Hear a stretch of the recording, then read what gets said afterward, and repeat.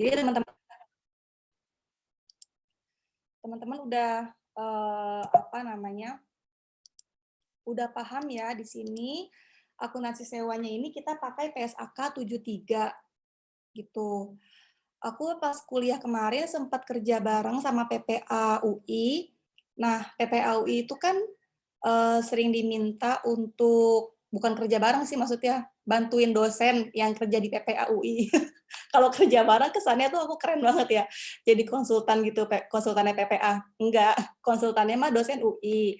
Tapi aku bantuin si dosen gitu, namanya dosen kan banyak banget ya kerjaannya, yang ngajar, ya penelitian, terus project-project untuk ngebantuin perusahaan juga, kayak gitu banyak banget. Jadi mereka banyak minta bantuan mahasiswa.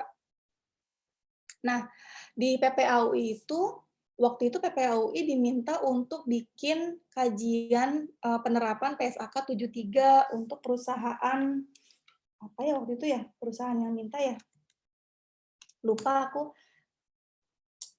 Nah itu pas lagi kerja di sana, mana ya, PSAK 73?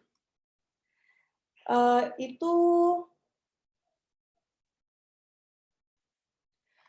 waktu itu aku nyimak gimana cara PPAUI membantu perusahaan untuk menyesuaikan PSAK 30 ke PSAK 73 ya. Karena kan perusahaan yang waktu itu minta konsultansi ke PPAUI kan banyak menyewa ya, jadi dia sebagai penyewanya. Jadi dia banyak melakukan penyesuaian tuh dengan adanya PSAK 73 ini. Gitu. Jadi waktu itu diulang lagi gimana mereka mengidentifikasi kontrak-kontraknya, mana yang kontrak masuk PSAK 73, mana yang enggak gitu. Jadi kalau kita ngomongin siklus untuk pengimplementasian PSAK 73 itu sangat panjang. Ya dari mulai identifikasi kontrak, terus menentukan harga kontraknya, terus gimana cara nyatetnya gitu ya. Terus pencatatannya itu sampai tahun berapa gitu. Itu bener-bener ribet banget waktu itu. Nah, kalau di sini kita nggak seribet itu, kita cuma nyatet aja pencatatan di awal dan di akhir tahun. Semua angkanya udah diketahui, jadi kita nggak perlu menganalisis apakah ini termasuk PSAK 73 atau enggak gitu ya. Jadi simple di sini. Cuma di sini ada kata-kata ini nih, karena kita sekarang di pertemuan 12 ini belajar dari sisi penyewa ya, ada kata-kata gimana sewa itu harus dicatat dalam laporan keuangan. Yang mana yang harus dicatat, yang mana yang enggak. Jadi cuma itu doang di pembatasan di materi kita. Dikatakan di literatur yang kita punya, kalau sewa itu dicatat di laporan keuangan, namanya dikapitalisasi gitu ya, kalau dia nilainya lebih rendah dari 5.000 dan sewanya jangka panjang gitu kan. Kalau sewa jangka panjang itu jelas ya, kenapa dia harus dicatat di kementerian lagi, di laporan keuangan kalau jangka panjang gitu. Karena dia pasti nilainya juga signifikan gitu ya, terus dia mempengaruhi perusahaan dalam jangka waktu lebih dari 1 periode akuntansi, sehingga dia harus dicatat supaya ke-record perjalanan dari tahun ke tahunnya, perjalanan sewanya. Nah, tapi ada nilai ini nih, lebih rendah dari 5.000. Ini mungkin kemarin Pak Margono udah jelasin juga ya, dari mana asal 5.000 ini. Gitu. Sebenarnya 5.000 itu nggak ada aturannya. 5.000 gitu, nggak ada angkanya, cuma ada kata-kata signifikan. Nilai sewa harus signifikan, sehingga dia dapat dicatat di laporan keuangan. Nah, signifikannya itu berapa kan beda-beda ya. Jadi akhirnya dirumuskanlah bareng-bareng oleh siapa nih ya, kemarin catatnya di mana nih? Aku share di grup WhatsApp ya. Atau mungkin Pak Margono juga udah nge-share. Soalnya aku dapatnya dari grup dosen. Tuh, jadi di apa namanya? Dikasih batasan mana transaksi yang bernilai rendah dan mana yang tidak, dan mana yang tinggi ya. Batasannya itu akhirnya dikasih 5.000 gitu. Ya oleh IAI. ya. Jadi ini kayak cuma kebijakan aja yang diambil supaya kita nggak bingung. Berapa sih nilai sewa yang rendah itu? Jadi diambillah angka 5.000 ya. Oke, ini kemarin sudah dijelaskan oleh Pak Margono ya. Kalau ada yang nggak ngerti langsung interupsi aja ya. Tanyain aku. Kalau aku bisa jawab sekarang, aku jawab. Kalau nggak bisa, nanti aku diskusi dulu sama teman-teman dosen yang lain. Oke. Nah, gini. Di kasus-kasus kita, di praktek AKM ini, kasus-kasus kita tuh relatif sama ya, yang kita dapat kalau teman-teman baca contoh-contoh soal di buku referensi kita, terus contoh-contoh soal-soal latihan di KESO, sama soal-soal latihan di bukunya Pak Lutfi itu sama.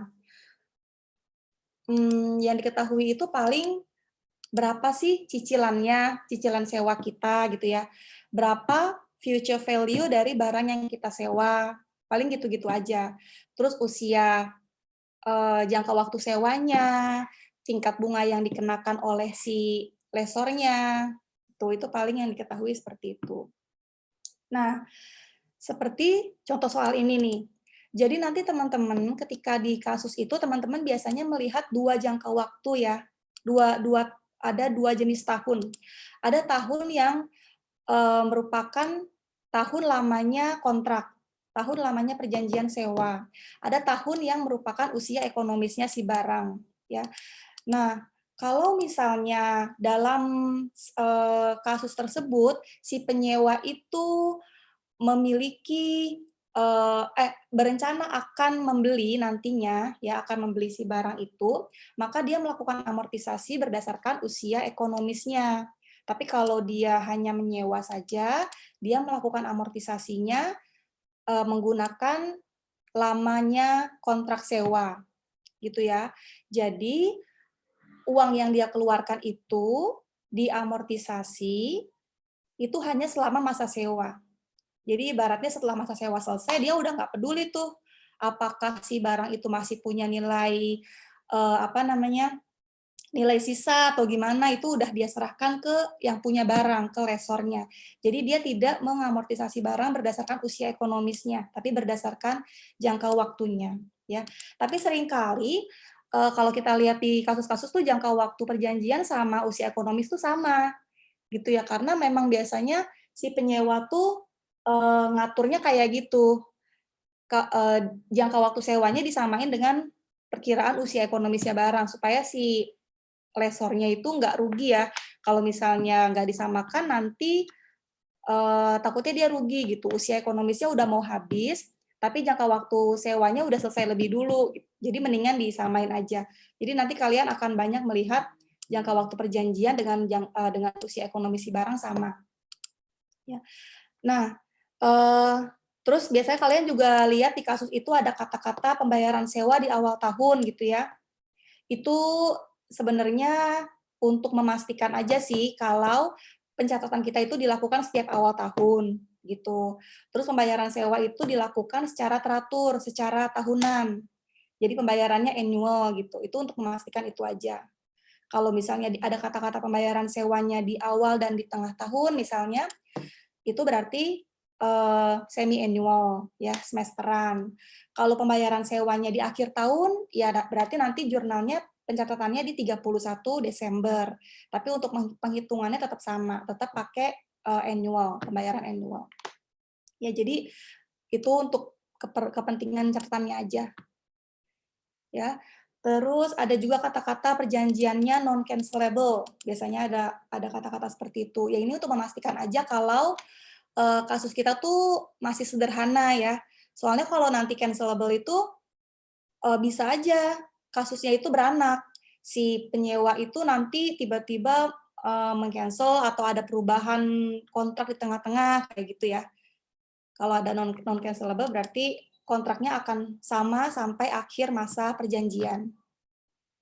gitu. Terus ada teman-teman juga akan tahu nanti di kasus ada tingkat bunga inkremental sama implisit. Nah, yang kita gunakan itu adalah yang implisit. Karena di sini kita ngomongin bagaimana si penyewa itu membayar si orang yang menyewakan. Nah, tingkat bunga implisit ini adalah bunga yang diberikan oleh orang yang menyewakan kepada penyewa. Jadi bunga inilah yang ada di antara mereka berdua, sehingga inilah yang kita pakai. Kalau bunga inkremental ini hubungan antara si penyewa dengan pihak ketiga lain yang memberikan dia dana untuk bisa menyewa barang tersebut gitu ya. Jadi ini tidak mempengaruhi hubungan tingkat bunga inkremental ini tidak mempengaruhi hubungan antara penyewa dengan yang menyewakan. Tuh. Ya. Nah, contohnya nih.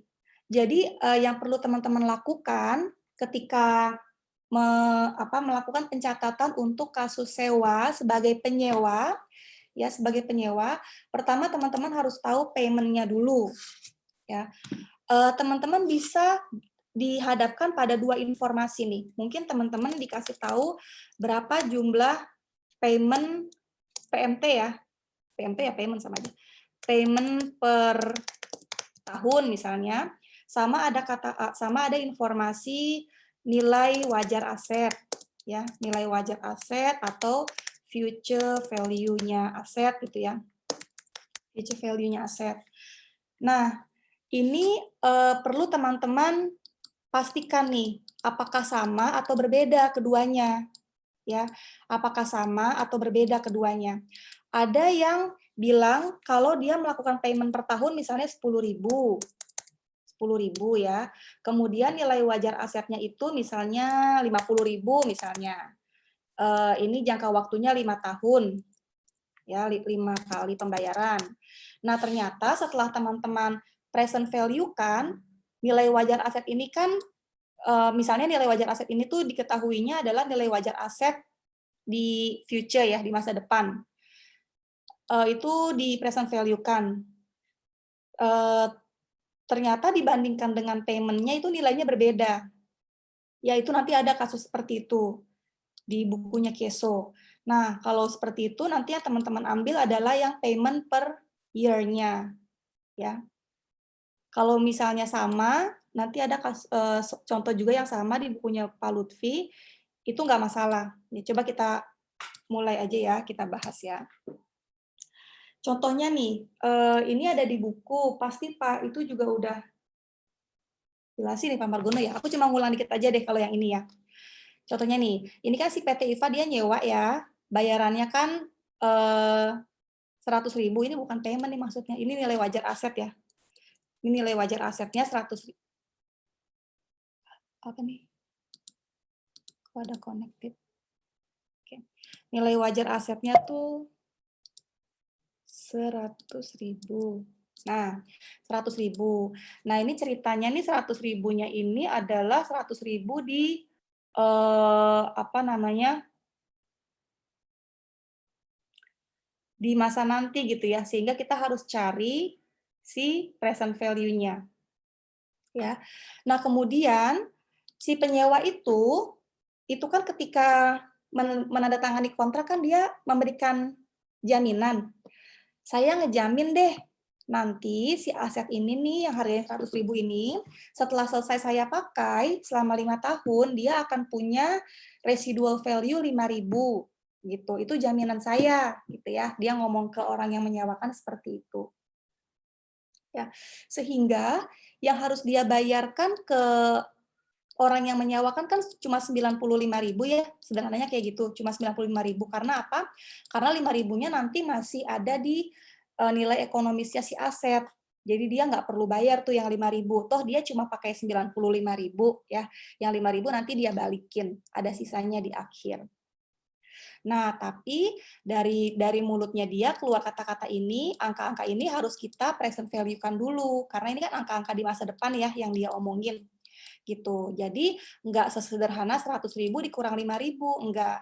5.000-nya kita present value-kan dulu dengan nilai angka faktornya ya.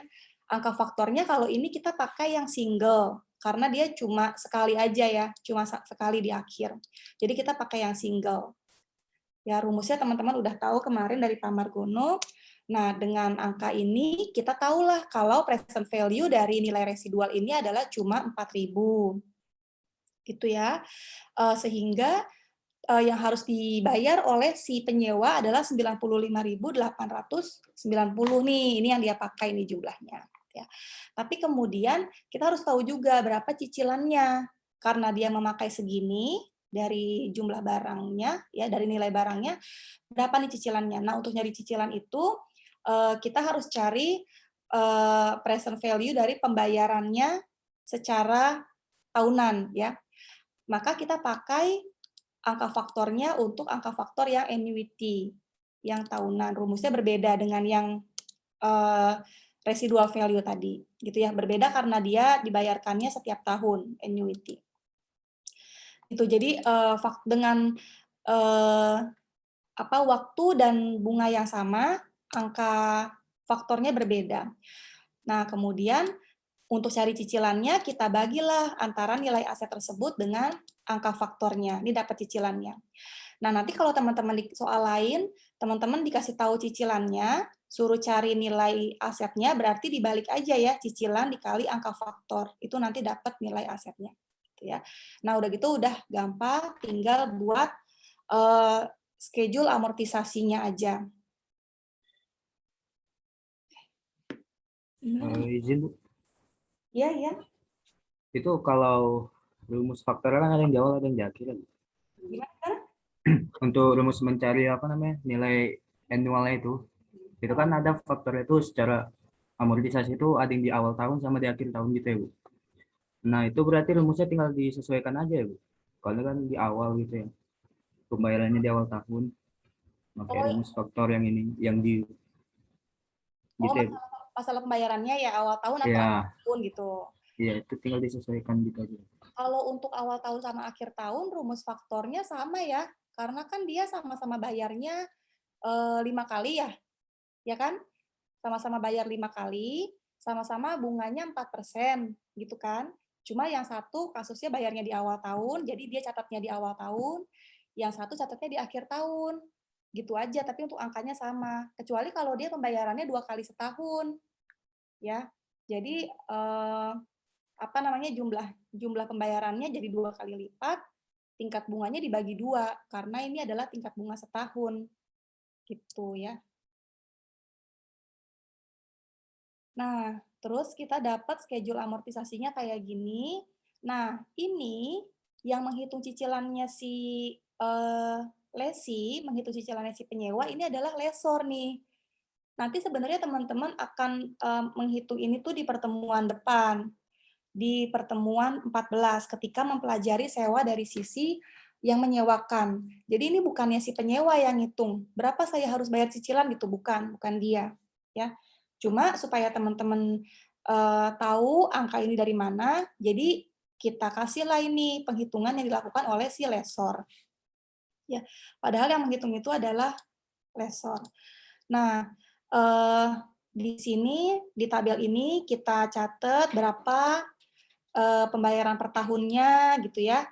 Terus dikurangi bunganya berapa, sisanya adalah pengurangan dari kewajiban sewa, pengurangan dari list liability-nya. Sehingga list liability-nya dari yang awalnya harus dibayar oleh si penyewa sekian, 95.890, lama-lama berkurang menjadi habis ya di akhir tahun kelima. Gitu. Nah, angka-angka dari schedule amortisasi inilah yang teman-teman masukkan ke jurnal. Ya, ini yang tadi ditanyakan oleh siapa tadi yang nanya? Ahmad ya. Nah, Farhan ya tadi yang nanya. Ditanyakan oleh Farhan tadi, nyatetnya itu kalau misalnya pembayarannya di awal tahun, jadi pembayaran sewa dicatat setiap tanggal 1 Januari, ya. Nah, di tanggal perjanjian kita catat hak guna aset sama liabilitas sewa kita. Kita dapat hak guna aset sekian, 95.890, dan kita punya kewajiban sewanya dengan jumlah yang sama. Nah, nanti kewajiban sewa ini berkurang nih setiap awal tahun. Kita bayarkan dengan cash ya. Jumlahnya selalu sama nih, sesuai jumlah cicilan tiap tahun. Terus kita juga catat Kita juga catat di setiap akhir tahun ya, jurnal penyesuaian, kita catat bunga terutang. Nih jangan lupa nih, kalau ujian ini punya poin, jurnal penyesuaian tuh punya poin. Jadi setiap akhir tahun, teman-teman lihat ada bunga terutang nggak yang harus dibayar perusahaan, ya. Di sini ada kan, setiap tanggal 1 dia harus bayar bunga, ya kan? Sehingga di setiap akhir tahun dia harus catat beban bunga tersebut. Dia catat sebagai expense ya pada list liability karena belum bayar. Nanti bayarnya di esok harinya gitu di 1 Januari. Ya. Terus di akhir tahun juga teman-teman catat penyusutan. Jangan lupa ya. Depreciation expense atau ini apa nih? Ini barangnya ini ya, yang punya fisik ya. Jadi depreciation expense. Teman-teman catat sesuai apa namanya? Sesuai tabel ya. Nah, kalau untuk sewa ini depreciation expense-nya itu dari tahun ke tahun selalu sama ya. Itu adalah besaran list liability dibagi dengan masa sewanya. Ini jangan lupa nih, ini selalu sama. Jadi di tahun pertama, di akhir tahun pertama, akhir tahun kedua nanti, oh ini aku nggak bikin ya. Di akhir tahun kedua kalau ada itu jumlahnya selalu sama. Nilai list liability dibagi dengan jumlah dengan jangka waktu sewa dibagi dengan 5 tahun kalau di kasus ini gitu. Nah, terus nanti di awal tahun teman-teman catat lagi deh pembayaran yang 20.000 ini gitu ya, list liability pada cash.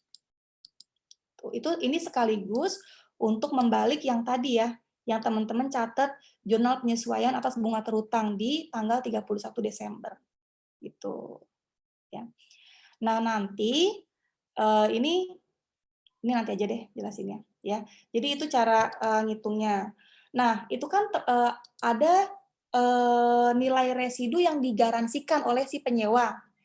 Saya janji deh, saya kasih jaminan deh nanti di akhir masa sewa barang ini punya nilai residu 5.000. Nah, ada kasus lain di mana si si pihak-pihak yang berjanji ini dihadapkan pada pada informasi tambahan, mendapatkan informasi tambahan gitu ya.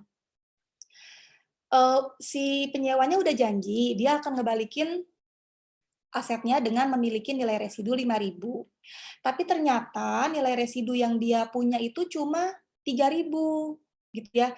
Nilai residu yang dia punya oleh barang itu cuma 3.000 tuh ceritanya. Barangnya jadi lebih jelek nih ketika dibalikin dari apa yang dijanjiin gitu ya. Nah, itu penghitungannya beda dengan yang tadi. Untuk yang awalnya sama, ceritanya nih si penyewa masih yakin, masih sesuai dengan garansinya dia ya. Nilai residunya 5.000. Jadi nilai wajar aset tadi dikurangi dengan nilai residunya sehingga yang harus dia bayarkan ke si lesor adalah 95.890 sama ya. Terus dibagi 5 tahun, cicilan per tahunnya jadi 20.711 20.711 gitu ya.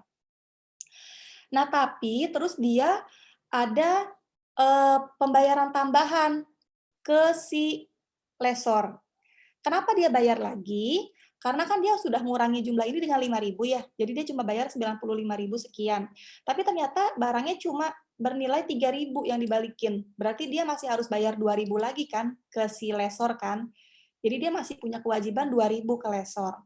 Jadi dia bayar lagi 2.000. 2.000 ini kita present value-kan juga dengan angka faktor yang sama ya. Seperti residu yang digaransikan tadi. Nah, kemudian 2.000 ini menambah jumlah yang sudah dihitung tadi. Jadi yang awalnya dia bilang terutangnya 95.000 sekian, ditambah dengan present value dari 2.000, jadi dia harus bayar 97.500 sekian. Sehingga angka inilah yang dimasukkan ke tabel amortisasi, 97.500 sekian. Tapi pembayarannya itu tetap mengikuti hitungan di awal, mengikuti nilai residu yang 5.000 yang dia garansikan Ya, sehingga dia di akhir masa sewa dia harus bayar kewajibannya yang masih kurang 2.000 ini gitu. Sehingga di tabel amortisasinya ini ada pembayaran tambahan 2.000. Kenapa? Karena cicilan ini sesuai janjinya dia kalau nilai residunya 5.000 ya. Ternyata cuma 3.000. Dia bayar di akhir. Nah, cuma nanti di pertemuan selanjutnya ini kan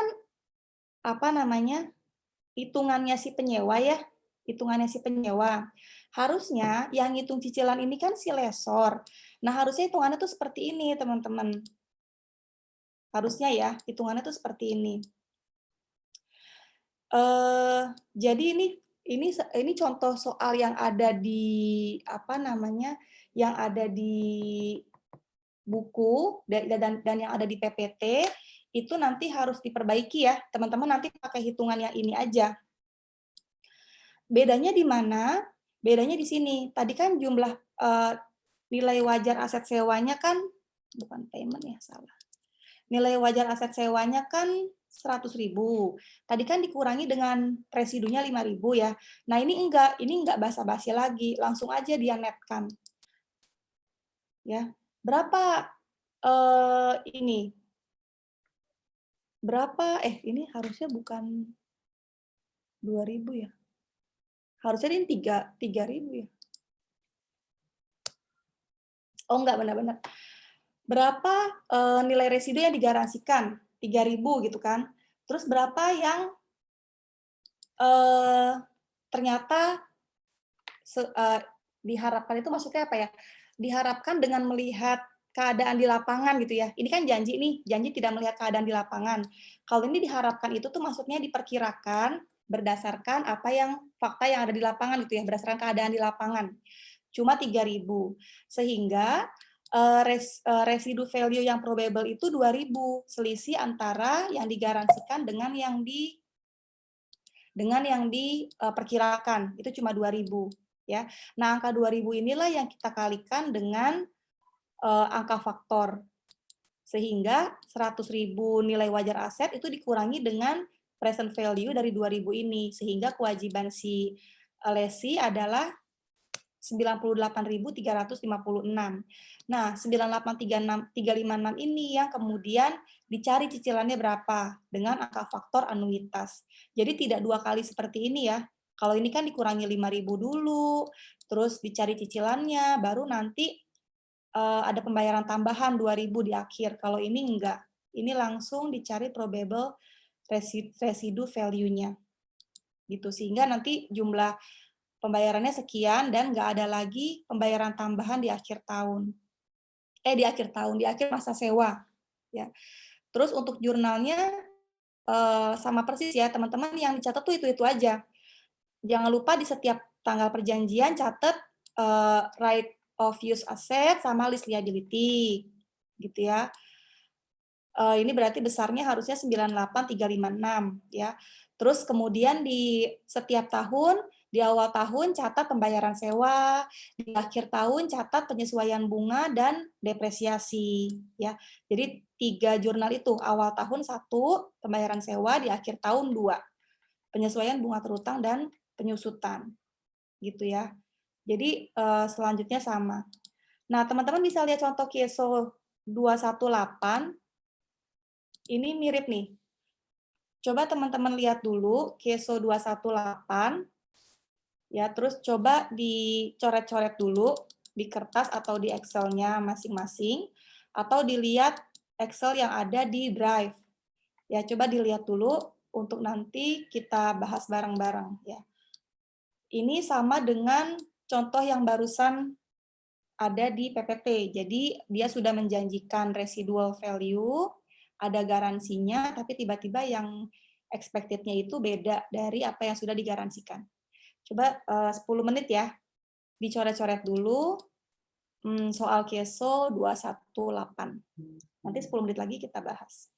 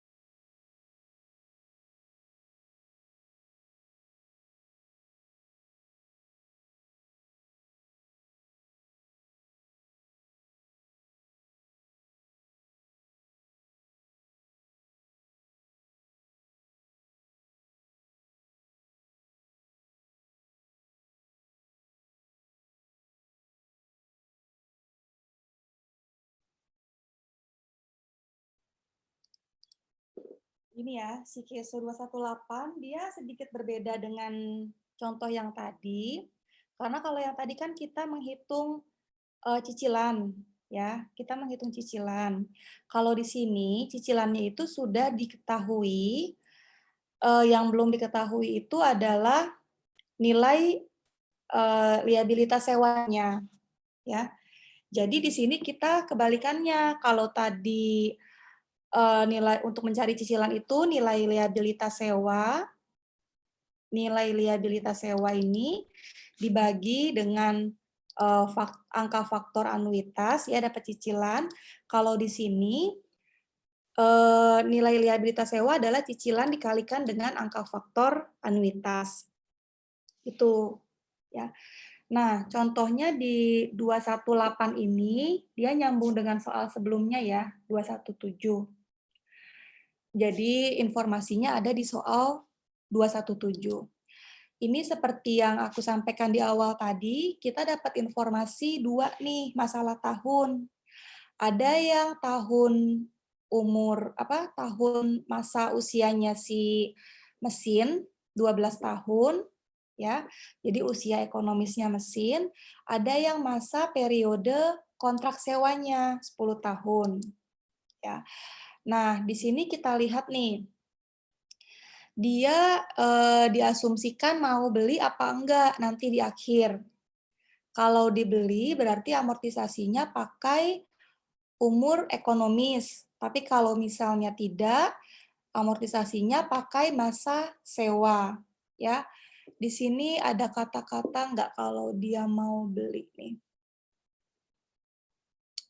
Kalau nggak ada kata-kata dia mau beli, berarti asumsinya adalah dia di akhir masa sewa akan mengembalikan mesin itu ke si resor gitu ya.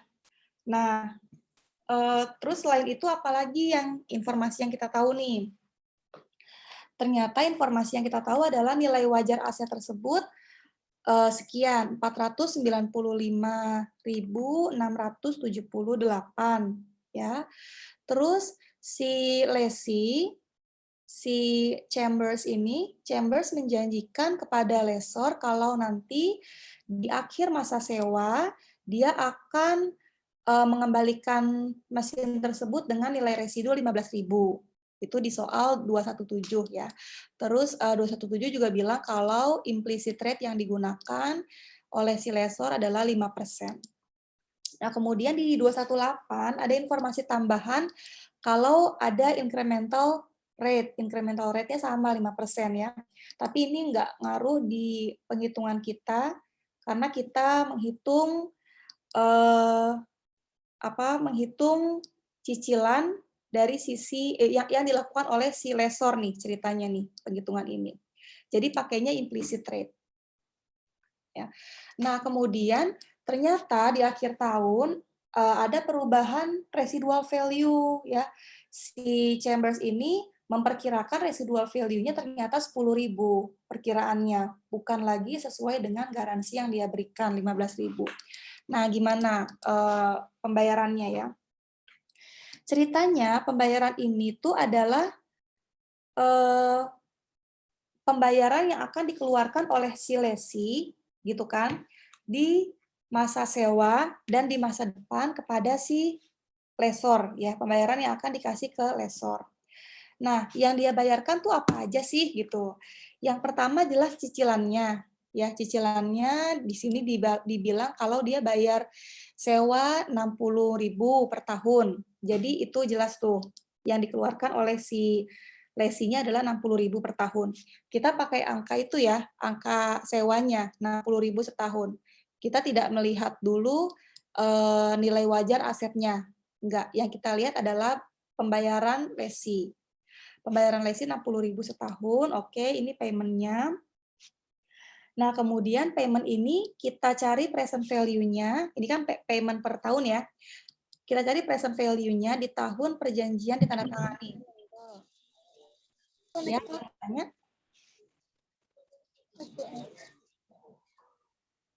Ya, gimana?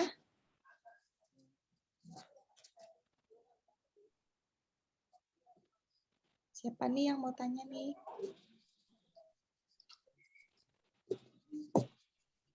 Enggak ya? Oke, lanjut ya.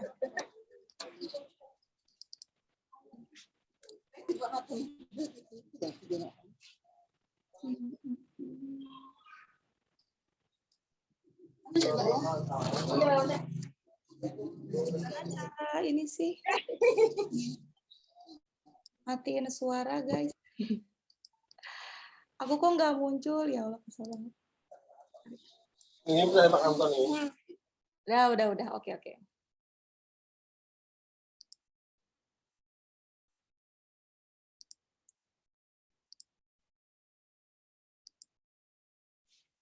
Udah ya. Gitu, jadi kita hitung berapa pembayaran yang diberikan oleh lesi. Nah, itu nanti yang akan kita catat ya di sisinya lesi. Nah, pembayaran yang diberikan sama dia apa aja? Yang pertama 60.000 per tahun, terus kita present value-kan. Jadi total yang dia bayar selama 5 tahun adalah 486.000 sekian-sekian. Ya, itu present value-nya. Nah, kemudian dia kan udah menjanjikan di awal kalau dia bakal balikin barang dengan residu value 15.000 ya. Ternyata perkiraannya dia meleset cuma 10.000. Selisihnya itu harus dia bayarkan kepada lessor. Rizka mau nanya, kepada lessor harus dia bayarkan si 5.000-nya itu. Kenapa dia bayarkan? Karena waktu ngitung cicilan ini, tadi kan awalnya ngitung cicilan itu kan dilakukan oleh lessor ya. Lessor menghitung cicilan, itu pakai cara yang ini teman-teman. Pakai cara yang ini nih. Nah, ketika lessor ngitung cicilan, itu dia sudah mengurangkan nilai aset wajar dengan residual value yang dijanjikan sebesar 15.000. Gitu, sudah dikurangkan tuh sama lessor, tapi ternyata karena meleset beda 5.000 sehingga si lesi nambah pembayaran tambahan 5.000 gitu, sesuai melesetnya janji dia itu. 5.000-nya kita present value-kan juga menjadi 3.069. Kita jumlahlah dengan present value payment tiap tahun tadi, sehingga kewajiban sewanya si lesi itu totalnya 489. Gitu teman-teman ya. Jadi ini nih aku tadi bilangnya ini penghitungan di sisi lessor ya. Bukan. Ini penghitungan yang dilakukan oleh Chambers, Chambers ya. Oleh si lesinya. Nah, lessornya itu ngitungnya di sini. Kita nggak tahu penghitungan lessornya ya, kita nggak lakukan. Kita cuma tahu hasil penghitungan lessor adalah lesi harus bayar tiap tahun 60.000 gitu. Itu dengan kondisi nilai wajar asetnya sudah dikurangi oleh residual value. Ya, tapi ternyata residual value-nya meleset, sehingga si lesi harus bayar lagi 5.000 ke lessor. Ya, sehingga tabel amortisasinya tuh seperti ini. List liability-nya 489.538, kemudian cicilan per tahunnya 60.000, ya, cicilan per tahunnya 60.000. Nah, di akhir tahun ke-10 liabilitasnya itu masih belum habis karena dia masih harus bayar tadi tambahan 5.000 ya. Dia bayar tambahan 5.000 sehingga setelah dia bayar tambahannya kewajiban sewanya menjadi 0 gitu ya. Jadi itu yang dilakukan ketika kita mengetahui ada expected residual value. Iya, gimana? Itu yang interest on liability-nya yang tahun pertama tuh emang selalu 0 itu, Bu. Kenapa, Bu? Karena kan dia kan tanda tangan kontrak ini ceritanya di awal tahun ya. Ya kan, tanda tangan kontrak ini kan di awal tahun nih. Terus dia bayar payment di waktu yang sama, ya kan? Nih, dia kan menghitung hak guna asetnya itu di awal tahun, list liability-nya itu di awal tahun. Nah, terus di tanggal yang sama dia membayar cicilan pertama. Nah, asumsinya di tanggal pertama ini masih belum ada bunga gitu, masih belum ada interest ya. Jadi masih 0 di sini. 0% gitu ya. Jadi interestnya itu baru berjalan setelah 1 tahun. Setelah 1 tahun kan berarti kan itu berlaku untuk pembayaran di tahun kedua gitu ya. Gitu ya. Oke, terus pencatatannya masih sama. Dia catatnya di awal itu sama hak guna aset pada kewajiban sewa dan setiap tahunnya dia mencatatkan 3 jurnal. Di awal tahun pembayaran ya. Ini kita lihat lagi ya soalnya ya. Nggak selalu begini, maksudnya kita lihat soalnya dia pembayarannya tuh di tanggal berapa. Kalau yang tadi ditanyakan sama Farhan, pembayaran misalnya di akhir tahun ya, kita catatnya pembayaran di akhir tahun. Gitu ya. Nah, pembayaran di akhir tahun berarti sudah ada itu tuh, sudah ada bunga, itu sudah kena bunganya. Karena ini di awal tahun, jadi belum ada bunga, sewa pertamanya 60.000 di awal tahun, terus baru penyesuaian bunga terjadi di akhir tahun. Dan ada pencatatan penyusutan di akhir tahun. Ya.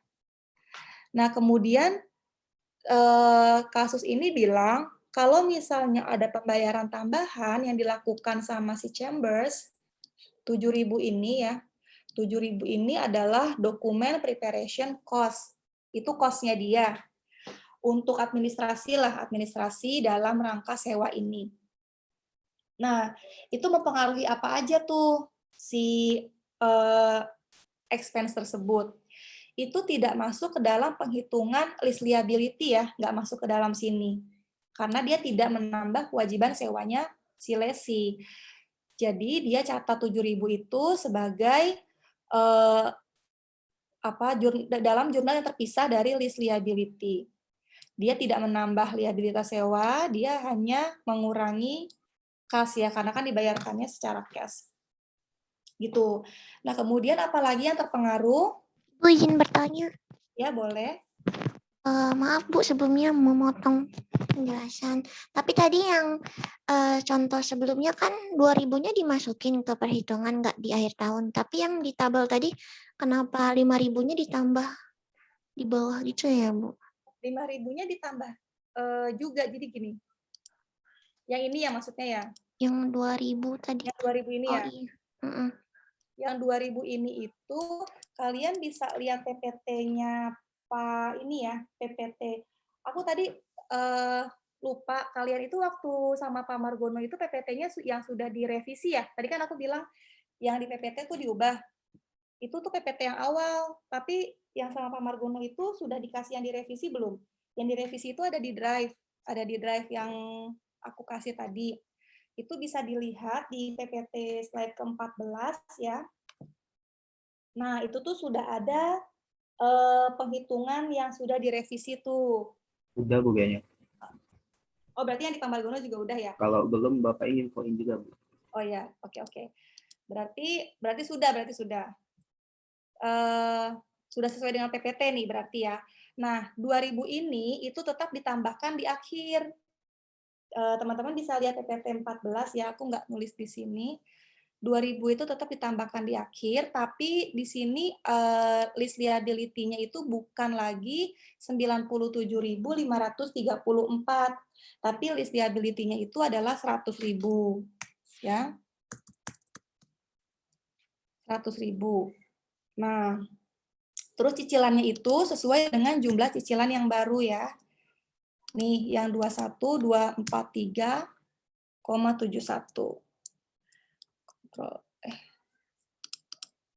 Ini FNF 4. Oke. Kita lihat ya.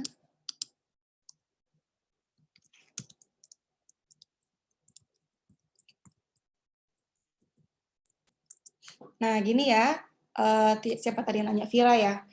Begini ya. Jadi, untuk tabel amortisasinya, yang penghitungan baru, tadi kan gini, penghitungan yang digunakan kan adalah, penghitungan cicilan yang digunakan kan adalah penghitungan cicilan yang dihitung oleh lessor ya.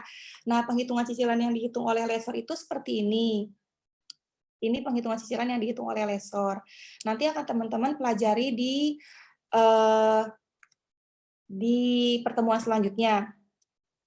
Nah, tapi ini ada bedanya sama si Kieso tadi. Kalau di contoh yang PT IFA, ini masih menghitung cicilan yang dilakukan oleh lessor. Sementara di Kieso itu penghitungan cicilannya sudah dilakukan oleh lessor, cicilannya diketahui 60.000 gitu ya.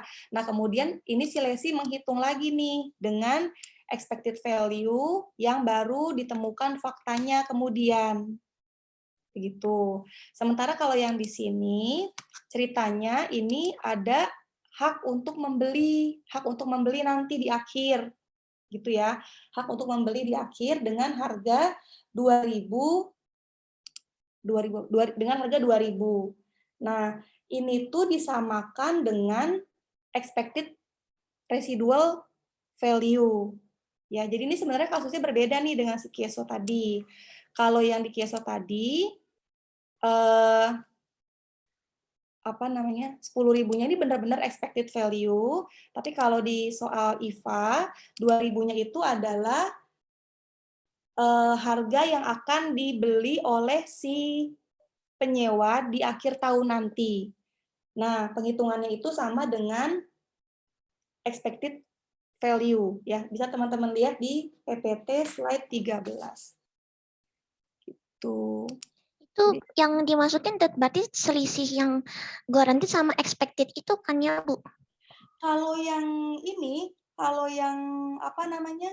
Kalau yang soalnya PT IVA, yang dimasukin itu adalah harga nantinya, harga beli peralatan nantinya. Jadi expected payment-nya itu.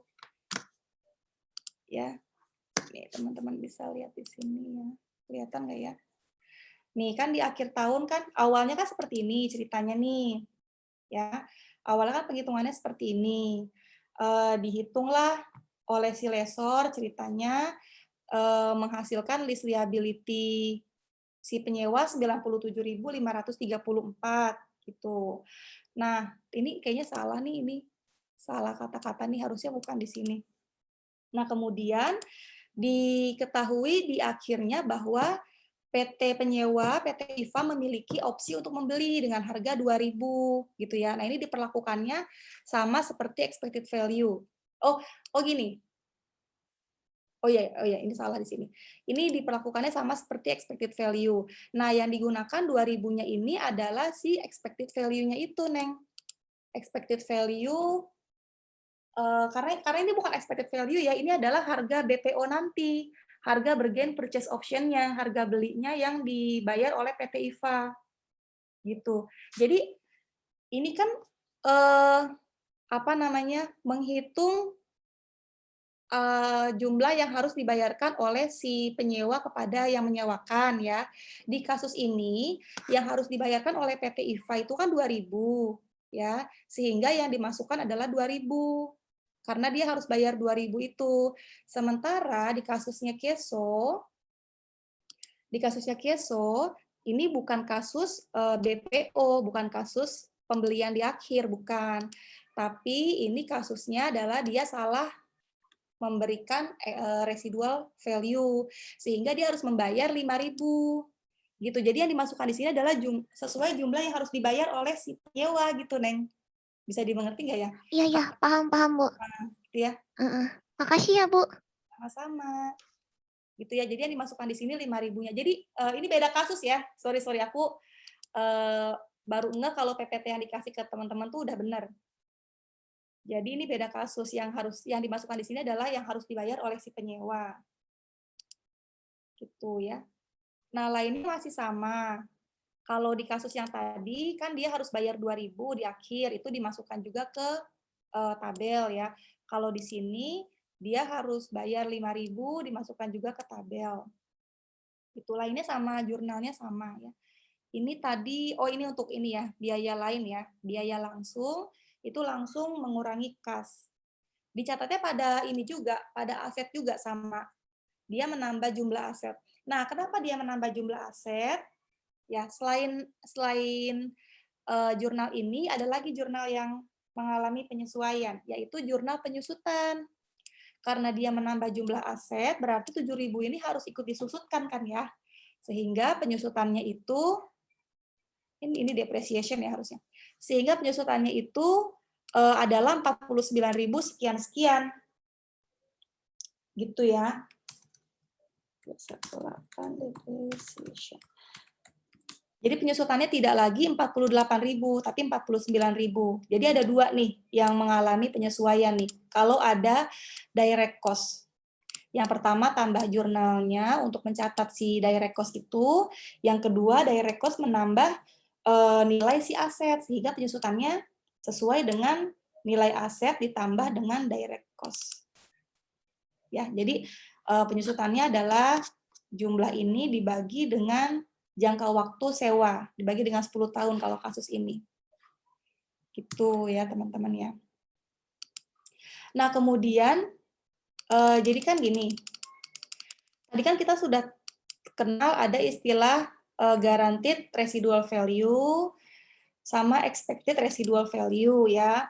Nah terus ada lagi istilah unguaranteed residual value gitu.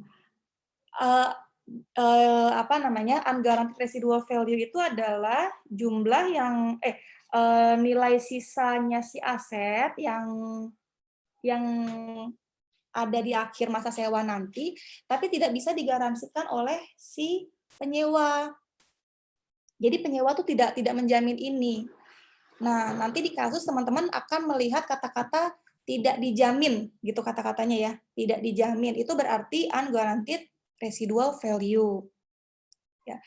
Nah, untuk unguaranteed residual value ini sebenarnya nggak ngefek ke penyewa ya, ini ngefeknya ke lessor. Gitu. Ngefeknya di mana? Di penghitungan cicilan. Tapi karena di sesi ini kita juga nih yang ngitung cicilan ya, kita kan sebagai lesi nih di sesi ini. Tapi ceritanya kita pura-pura jadi lessor ngitung cicilan, sehingga kita pakai nih angka unguaranteed residual value. Tapi kita pakainya sebagai pura-pura jadi lessor. Ceritanya kita pura-pura jadi lessor nih. Nilai wajar aset 60.000 dikurangi sama residual value yang tidak digaransikan oleh si lesi, yang tidak dijamin oleh si lesi. Ya, tidak dijamin oleh si lesi. Kita kurangi, sama seperti tadi ya, dapatlah jumlah pembayarannya, terus di present value kan selama 5 tahun. Oh, ini 3 tahun ya? 3 tahun nih. 3 tahun 6%.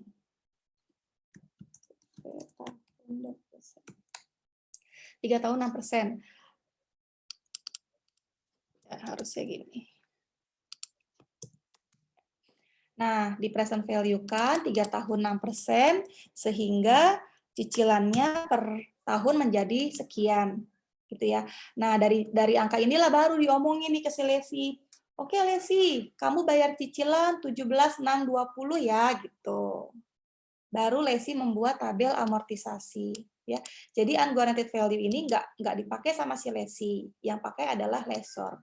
Kita pura-pura jadi lessor di sini. Nah, sekarang gimana kalau nggak ada dua-duanya? Nggak ada residual baik yang digaransi, baik yang Izin, Bu. ya, gimana? Berarti guaranteed residual value sama unguaranteed ini fungsinya sama-sama pengurang nilai aset ya, Bu? Sama, betul. Sama-sama pengurang nilai aset. Jadi dipakai oleh si lessor. Dua-duanya sama dipakai. Cuma di sini aku informasikan dia tidak digunakan oleh lesi, itu untuk memperjelas lagi ke teman-teman kalau penghitungan ini adalah yang melakukan lessor gitu ya. Jadi dia informasi itu tidak digunakan oleh lesi. Cuma mau itu aja sih, mau memperjelas kalau hitungan ini dilakukan oleh lessor. Penghitungan cicilan itu dilakukan oleh lessor gitu ya. Nah, kemudian kayak gimana kalau nggak ada residual value yang dikasih oleh si lesi, baik yang dijamin maupun yang enggak. Nggak ada guaranteed residual value. Terus tidak ada juga informasi expected value dari si lesinya sendiri ya. Gitu. Oke, jadi gini, penghitungan cicilan yang dilakukan oleh lessor itu hanya akan melibatkan guaranteed residual value atau unguaranteed residual value. Dua-duanya dipakainya sama-sama mengurangi nilai wajar aset ya, seperti yang ditanyakan tadi. Sama-sama mengurangi nilai wajar aset dua-duanya. Itu dipakai di penghitungan oleh lessor. Nah, kalau ada expected residual value seperti Kieso ini, ini dipakai oleh lesi, karena yang tahu mengenai expected residual value itu adalah si lesi. Ini hitungannya lesi nih. Setelah dapat jumlah cicilan dari lessor, baru dia masukin si expected residual value-nya. Selisih antara expected residual value dengan guarantee residual value. Ya. Jadi EV itu berguna buat lesi, GV dan UGV itu berguna buat lessor. Nah, sekarang gimana kalau nggak ada GV, nggak ada EV? UGV juga nggak ada. Ya nggak apa-apa, jadi nilai wajar asetnya aja, tidak dikurangi dengan nilai residu, tinggal di present value-kan aja, dengan present value anuitas, dapatlah cicilannya. Jadi tetap sama ya perhitungannya, cuma bedanya dia nggak dikurangi aja sama nilai residu, karena nilai residunya nggak diketahui, 0. Kemudian ini tabel amortisasinya lesi masih sama, ya. Tabel amortisasi lesi masih sama. Jurnalnya juga yang dipakai masih sama. Nah, ini contoh jurnal yang lengkap nih. Jadi dari tahun pertama, tahun kedua, tahun ketiga, sampai tahun keempat. Kan bisa dilihat ya, setiap tahun jurnalnya tuh ada 3. Depresiasi selalu sama ya. Selalu sama di sini. Gitu. Biasanya sih ada kata-katanya sih, pakai depresiasi metode garis lurus gitu. Tapi kalau nggak ada kata-katanya, asumsinya juga sama, pakai garis lurus juga. Jadinya depresiasinya dibagi rata aja. Ya. Jumlah liabilitas sewa dibagi dengan jangka waktu kontrak. Nah, kemudian ini ada informasi laporan keuangannya, laporan posisi keuangan, dan laporan laba rugi di setiap akhir tahun. Laporan laba rugi yang dimasukin selalu sama ya, interest expense dengan depreciation expense. Ini depreciation ya harusnya. Depreciation expense.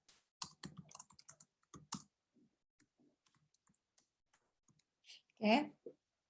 Nah, kemudian statement of financial position-nya ini mencatat jumlah sisa aset, right of use aset, dari yang awalnya 40.000, setelah ada penyusutan di akhir tahun ya di tanggal 31 Desember menjadi 30.000 si asetnya. Kemudian current liabilitasnya itu 11.182 ya. Non current liabilitasnya itu adalah jumlah liabilitas di tahun depannya. Di tahun 2020. Ya, untuk jangka panjangnya. Gitu. Itu yang masuk ke neraca ya. Sampai akhir tahun sama. Nanti di akhir tahun ketiga ya, ini kan sewanya berapa tahun? 4 tahun ya. Di akhir tahun ketiga, non current liabilitasnya 0. Gitu. Current liabilitasnya 11.182, ini sesuai jumlah cicilan ya. Tuh, sesuai jumlah cicilan, current liabilitasnya, sesuai jumlah payment tiap tahun gitu ya. Itu menjadi current liabilitas. Nah, terus non current-nya itu jumlah liabilitas di tahun depannya. Itu sudah 0 di akhir tahun ketiga. Karena ini non current ya, ngomonginnya non current. Gitu ya. Jadi itu contoh yang lengkap jurnalnya sampai akhir dan yang ada laporan keuangannya. Terus gimana kalau ternyata di tengah-tengah ada ini. Ini soalnya gimana tadi? Di tengah-tengah ada expected residual value.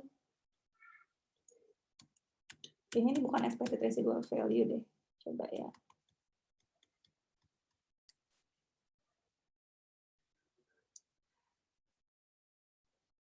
Oke, iya salah nih. Aku salah masukin. Ini teman-teman bisa lihat di bukunya Pak Lutfi halaman 227 ya. 227. Ini keadaannya sama seperti tadi. Tidak diketahui garansi sama expected residual value ya. Tapi di kasus yang kedua ini diketahui residual value-nya 8.000. Diketahui residual value 8.000 tapi tidak dapat dijamin oleh si lesi. nggak dapat dijamin oleh si lesi. Nah, ini menjadi guaranteed residual value ya, si 8.000 ini. Penghitungannya sama seperti tadi. 8.000-nya dikurangi dari nilai wajar aset. Tapi jangan lupa di present value-kan dulu ya, sehingga itu menjadi jumlah pembayaran sewanya. Kemudian dibagi dengan angka faktor anuitas menjadi jumlah pembayaran per tahun. Gitu ya. Jadi kalau ada informasi yang berbeda, diketahui residual value gitu. Oh, apa nih? Residual value apa? Guaranteed atau unguaranteed? Sama aja sih sebenarnya ya. Sama aja. Sama-sama digunakan untuk mengurangi nilai wajar aset dalam menghitung cicilannya si lesi. Gitu ya. Jadi bedanya di situ aja. Dikurangi sama URV-nya nih. UGV, unguaranteed residual value. Lainnya sama, tabel amortisasinya sama, cuma list liabilitasnya berubah ya sama contoh tadi karena dia punya residual value, cicilannya juga berubah, lainnya sama, sesuai dengan angka yang ada di sini ya, angka yang ada di jurnal. Gitu teman-teman. Izin bertanya, Bu. Iya boleh. Itu opsi pembelian tuh pasti dibayar pakai cash atau bisa pakai instrumen lain ya, Bu? Opsi pembelian yang di akhir ya, Iya, Bu. dibayarkannya pakai cash, tapi nggak menutup kemungkinan juga dibayarkan pakai yang lain. Tetap sesuai dengan situasinya ya, namanya itu urusannya perusahaan, dia mau bayar pakai apa, kalau memang lesornya setuju ya nggak masalah gitu. Kita tinggal menyesuaikan aja, kalau misalnya nanti di akhir itu dia bayarnya pakai apa misalnya pakai notes receivable misalnya, atau dia ngutang gitu pakai account receivable atau apapun itu, ya kita tinggal ikutin aja jurnalnya. Tapi seharusnya sih di di kasus-kasus yang ada di bab ini pakai cash ya, karena fokusnya itu bukan di situ. Itu cuma fokusnya itu adalah kita bisa mengetahui apa yang harus dilakukan ketika di akhir masa kontrak si penyewanya membeli aset tersebut. Gitu. Berarti yang harus dilakukan adalah kita bayar si aset itu. Gitu. Terus kita buat jurnalnya juga. Gitu ya. Dibayarnya dengan apa ya itu menyesuaikan aja ngikutin soalnya. Nggak mesti cash sih, cuma biasanya cash. Karena fokusnya nggak di situ. Terima kasih, Bu. Sama. Apa lagi tadi yang belum ya? Nah ini ya, ini contohnya. Kalau di akhir itu ada pembelian aset. Pencatatannya itu sesuai dengan residual value yang terjadi ya. Kalau di sini kan residual value-nya kan sesuai dengan apa yang digaransikan nih. Di contoh ini ceritanya, berarti benar nih terjadi nih residual value-nya 5.000. Sehingga harga aset yang akhirnya dibeli oleh si lesi ya 5.000. Asetnya nambah, ya catat sebagai apa nih, apa dia mesin, apa dia apa, catat sesuai barang tersebut, barangnya apa. Ya. Kreditnya ini tadi yang ditanyakan, bisa cash, bisa apapun. Kita sesuaikan aja, kalau di sini ada informasi apa ya, kayaknya nggak ada informasi dibayar dengan apa ya, cuma dibilangnya dibeli gitu aja. Berarti kalau ada kata-kata dibeli, ya kita pakai cash aja. Gitu ya. Ini tadi kan nggak diketahui ini ya, nggak diketahui expected value-nya di tengah-tengah nih. Beda dengan kasusnya Keso. Kasusnya Keso itu expected value-nya itu diketahui apa namanya?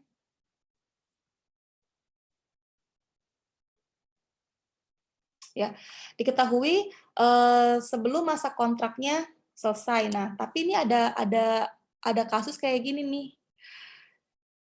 Nah, ketika akhir masa sewa, ya ternyata nilai aset yang dikembalikan itu nggak sesuai dengan yang digaransikan. Ini namanya bukan expected value nih berarti ya. 3.000 ini bukan expected value, tapi benar-benar real residual value-nya gitu ya di akhir tahunnya, realnya. Realnya 3.000. Berarti baru setelah kontrak selesai perusahaan mencatat apakah ada loss ataukah ada gain. Kalau ini sih nggak ada gain ya. Contohnya, dia kan bilang residual value-nya bakalan 5.000. Ternyata benar nih, residual value-nya 5.000. Berarti no entry ya, nggak ada jurnal. Ini normal nih, keadaan normal. Tapi tiba-tiba real residual value-nya itu 3.000. Nah, berarti dia harus bayar. Ya kan, ke orang yang menyewakan kan. Dia bayar 2.000 dong. Karena dia janjinya 5.000 awalnya. 5.000 itu sudah dikurangi dari sini. Dari nilai wajar aset. Sehingga ternyata dia balikin cuma 3.000. Jadi dia bayar kekurangannya 2.000. Dia bayar dan itu menjadi loss buat dia. Pun sama, ketika dikembalikan nilai asetnya 0 ternyata. Barangnya rusak banget gitu. Nggak tahu rusak karena apalah, pokoknya barangnya rusak banget, udah nggak ada nilai sisanya, ya berarti dia harus bayar, karena dia sudah menjanjikan residual value 5.000. Ya, dia bayar 5.000, dan dia menderita kerugian 5.000. Gitu ya. Jadi aku ulangi lagi, ada GV sama UGV.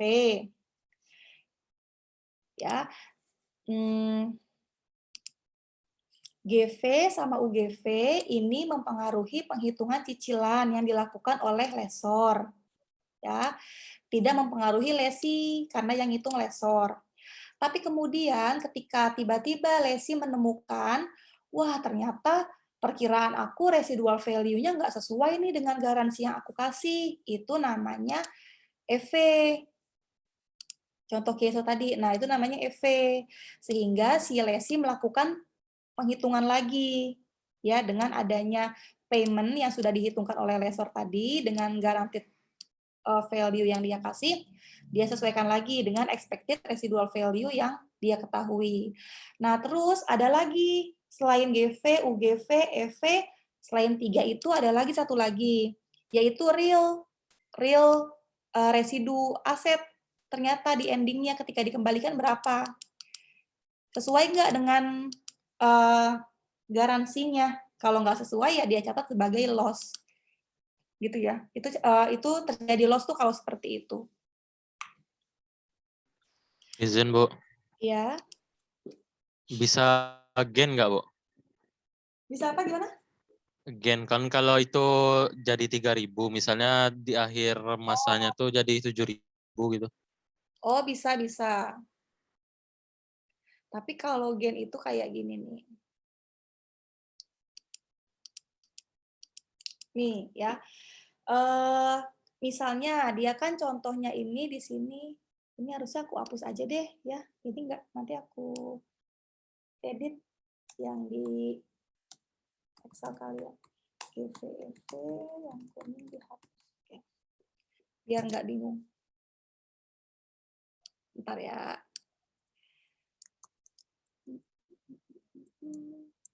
Oke.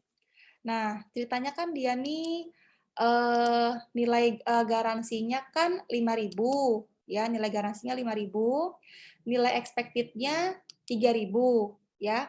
Udah dihitung sama si lesor, cicilannya berapa dengan garansi residual value ini, tiba-tiba ada lagi expected value. Nah, tiba-tiba di endingnya beda lagi. Di endingnya ada beberapa keadaan nih. Misalnya, nilai sisa aset saat dikembalikan 3.000. Ya, ini sama dengan expected value-nya. Beda dengan guaranteed value-nya. Ini pencatatannya sama seperti KESO 218. Ya, ceritanya gitu ya. Jadi, selisihnya kan antara expected dengan guaranteed kan 5.000 nih. 5.000 ini kan nanti dibayar ya di akhir ya. Jadi list liability pada cash ya kan? List liability pada cash karena nilai residu di akhir sama dengan expected value-nya. Nah, itu sama dengan kasus ini. Nilai residu di akhir sama dengan expected value-nya. Jadi dia mencatatkan list liability pada cash 2.000 ya.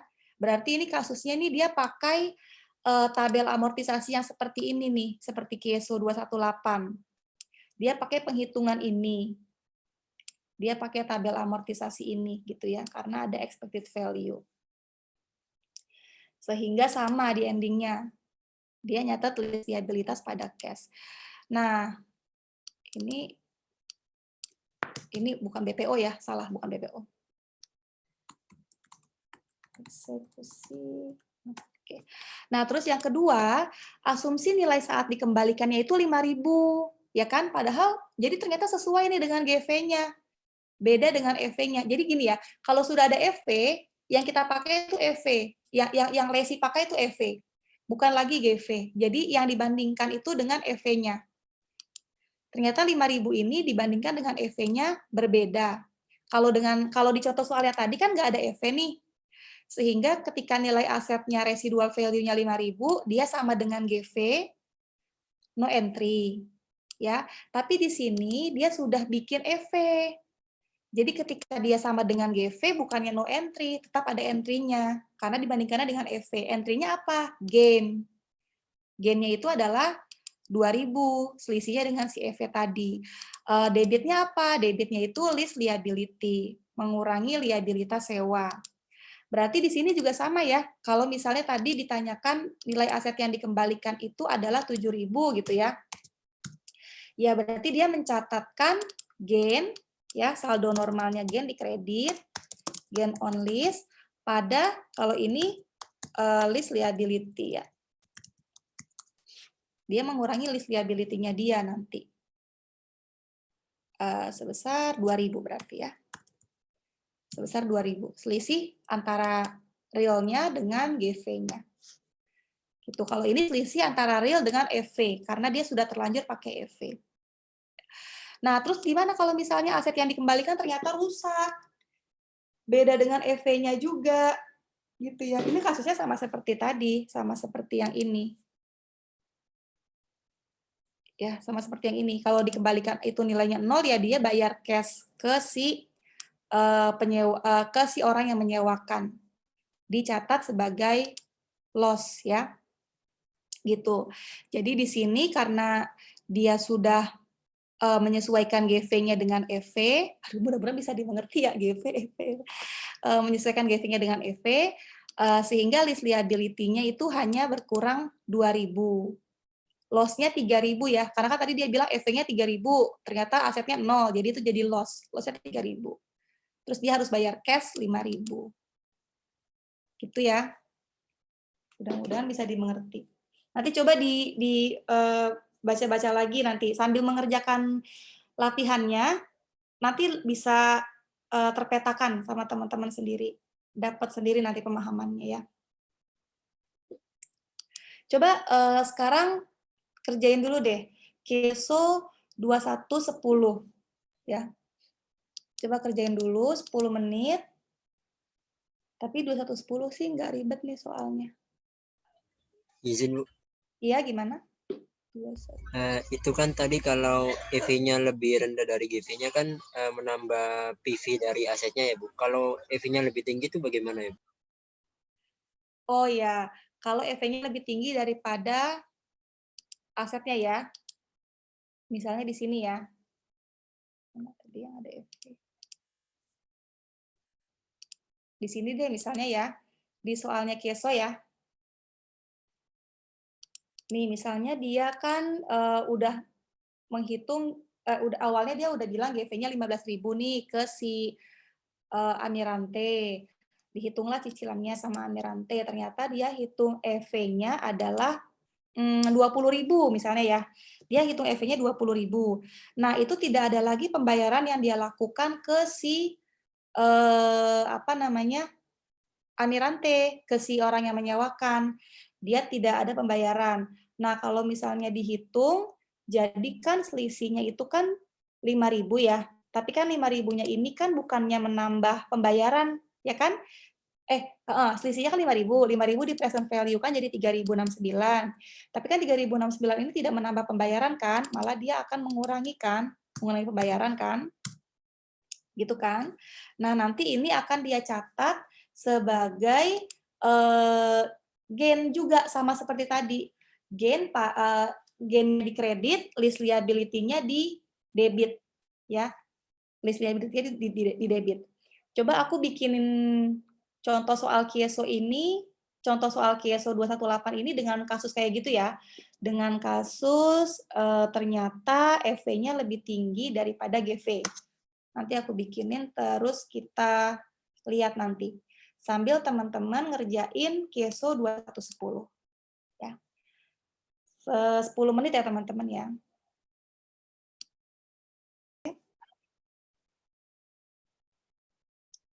Gini ya, kalau EV lebih gede daripada GV. Jadi sekali lagi gini, kalau ada GV atau UGV itu mempengaruhi hitungan lesor, itu mempengaruhi jumlah payment-nya, ya berarti itu dilakukan di awal. Nah kemudian tiba-tiba muncul expected value, itu akan mempengaruhi hitungannya lesi, ya, dan itu nanti penyesuaiannya di akhir. Ya, contohnya seperti ini. Mana sih yang ada expected-nya ya? Contohnya seperti ini ya, ada expected nih. Oh, ini berubah tadi ya? Sudah berubah. Oke lah. Contohnya ini ya tadi misalnya. Ini juga sudah berubah. Ini udah berubah juga. Misalnya gini, tadi kan dia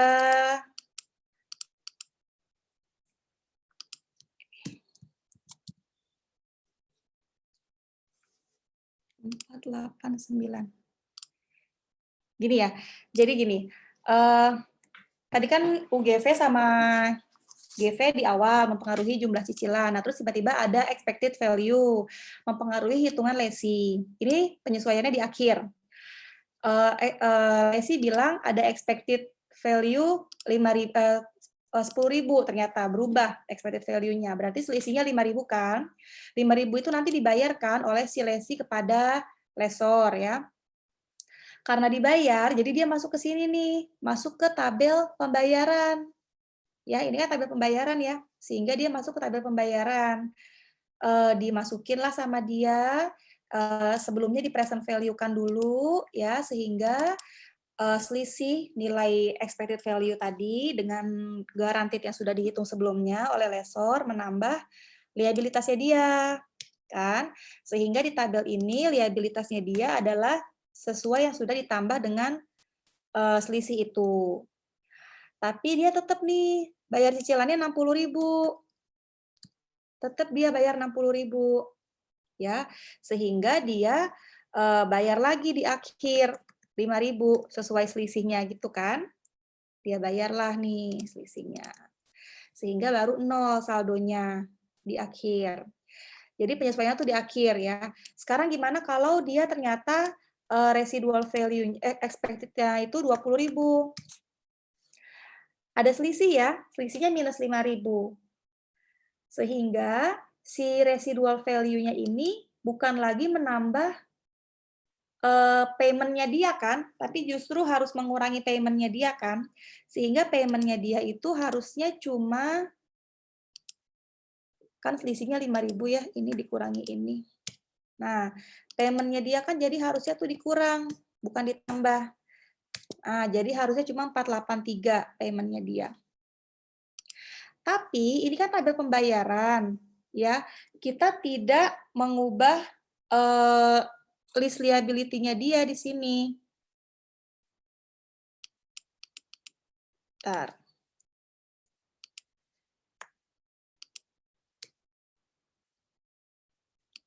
Ya. Jadi list liability-nya dia tuh tetap 486. Kita masuknya tetap 486 ya di sini ya. Nah, cuma di akhirnya itu nanti pembayarannya dia berkurang. Tidak lagi 60.000. Karena kan pembayarannya dia kan dikurangi sama ini ya, sama selisih expected value dengan residual value-nya. Jadi pembayarannya dia cuma sekian. Bu, Nah, bukannya nggak ada di apa-apa ya Bu ketika expected value-nya itu lebih besar. Untuk pembayarannya tetap sama, Neng. Tetap sama pembayarannya, tapi kan list liability-nya dia kan berkurang ya. Sehingga nanti di endingnya itu pembayarannya dia tidak sebesar yang seharusnya. Gitu, pembayaran ke lesornya itu berkurang. Dia tidak jadi keluar cash. Gitu. Sehingga cash-nya itu yang di akhir nggak sebesar jumlah pembayaran yang seharusnya. Jadi kan list liability-nya dia kan nyisa nih, belum habis. Kemudian list liability itu dihapuskan dengan mengakui gain. Kalau yang awalnya list liability itu selalu dihapuskan dengan pembayaran, nah di tahun ke-10 list liability yang dihapuskan dengan pembayaran hanya 56.930. Jadi list liability-nya itu 60.000 ya. 60.000. Nah, terus cash-nya dia yang keluar itu cuma segini, ngurangin cash ya. Sisanya itu diakui sebagai gain. Gitu. Jadi pengakuan gain-nya itu di situ. Sama seperti slide 11 di PPT-nya Butari ya, di PPT dari Pak Margono itu. Di slide 11 dia mengakui gain juga. Sama kalau expected value-nya lebih gede dari residual value itu juga sama, dia mengakui gain. Gimana? Ada perbedaan, ada yang berpendapat berbeda? Izin bertanya, Bu. Iya, boleh. Bu, kalau expected value-nya ini tadi lebih besar, berarti PV-nya pakai yang 486 itu, Bu ya? Iya, pakai yang 486 itu. Tapi jangan lupa nanti di endingnya catat ini ya, catat gain di akhir masa sewa. Ini harusnya jurnalnya nggak digabung ya, karena kan dia pembayaran kan tiap awal tahun. Gitu ya. Terima kasih, Bu Ya, Vira. sama-sama. Izin, Bu. Ya, silakan. Tapi kemarin kata Pak Margono itu kalau semisal itu lebih tinggi itu nggak bisa diambil yang expected-nya lebih tinggi daripada guaranteed-nya itu nggak bisa gitu, Bu. Jadi tetap yang ditulis tuh yang guaranteed karena kan keuntungannya cuma diambil oleh lesor gitu. Kecuali kalau rugi berarti ntar dibayar sama lesinya gitu. Oh gitu, iya, oke. Aku paham. Tadi itu aku minta waktu tuh sebenarnya karena aku ragu juga masalah itu. Jadi kan aku kan pastiin lagi tuh tadi tuh ke yang lain ya. Karena aku pun berpikir kayak gitu. Jadi kalau misalnya expected value-nya itu lebih tinggi, itu nggak bisa, si lesinya nggak bisa minta cash balik dari si lesornya. Ini kan sama dengan minta cash balik ya, kalau ini ya. Cuma bedanya ini pembayarannya dikurangi gitu. Tapi kan ini sama aja kayak dia bayar 60.000, terus dibalikin sesuai selisihnya gitu ya, selisihnya yang telah di present value kan. Gitu. Jadi harusnya itu ya udah kayak diiklasin aja gitu. Itu menjadi keuntungan buat si lesornya. Ternyata barangnya dia lebih bagus dari yang dijanjikan. Residual value-nya lebih tinggi. Tapi terus tadi pendapatnya dosen lain ternyata berbeda sama aku. Dia mikirnya kita tetap harus mengakui si gain itu karena penghitungan gain itu dilakukan di akhir masa sewa. Nah, kenapa bisa ada perhitungan gain? Karena ada perbedaan antara residual value yang diperkirakan di awal dengan yang di akhir. Gitu loh. Sehingga kita harus mencatat gain, tidak boleh diabaikan gitu aja. Itu maksudnya gitu. Tapi cuma aku masih ragu nih sebenarnya nih. Itu harus disesuaikan dengan expected value-nya atau disesuaikan dengan real value di akhir. Aku masih ragu di situ sih sebenarnya. Apakah tanpa melihat real value di akhir, dia boleh mengakui gain. Tapi kalau misalnya real value, ini kan expected ya, expected-nya dia 20.000 misalnya. Kita kan nggak tahu gain di akhir. Ini yang masih aku ragu, apakah dia boleh mengakui gain apa enggak. Tapi kalau misalnya ternyata di endingnya, real value-nya itu adalah 20.000, sesuai dengan expected-nya, itu sama seperti slide 11 ya. Nih, sama dengan expected-nya. slide 11 itu karena dia realnya itu lebih tinggi daripada residual value yang sudah dihitung di awal, dia mengakui gain. Gitu. Kalau real residual value-nya lebih tinggi. Itu kalau real ya, itu jelas gain. Tapi kalau expected value emang aku masih ragu sih. Nanti aku pastiin lagi deh ya, nanti aku tanya Pak Margono deh kalau gitu ya. Nanti aku tanya Pak Margono, apakah benar kalau cuma expected value aja, dia tidak boleh mengakui gain. Gitu ya. Tapi kalau real value, dia mengakui gain ya, jangan tidak mengakui gitu. Kalau yang diketahui adalah real value-nya di akhir. Berarti nanti aku bikinin soal Kieso ini dengan expected value lebih tinggi dari real value. Expected value lebih tinggi dari guarantee value. Itu ya. Nanti aku kasih revisi slide-nya yang ada contohnya expected value lebih tinggi dari guarantee value. Oke, tadi siapa yang nanya? Pipin ya? Pipin apa siapa tadi? Terima kasih, Bu. Ya, sama-sama. Terus yang Kieso 2110, ada yang mau coba jelasin? Ini nggak ada ini sih, nggak ada masalah yang berbeda dari kasus sebelumnya, Kieso 2110. Atau ada yang mau ditanya nggak, Kieso 2110?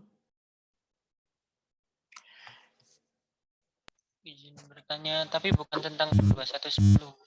Boleh. Tentang yang di request tadi, mana Bu? Misalkan ada di request-nya. Apa kos? Tadi kayaknya ada di request gitu atau enggak, Bu? Yang di awal. Iya. Sekalian contoh dari di request-nya. Dari request itu di soal yang tadi ya, bukan di soal 2110 kan ya? Iya, kayaknya di penjelasan yang tadi Bu Fira jelasin yang tadi 7.000-an berapa ya?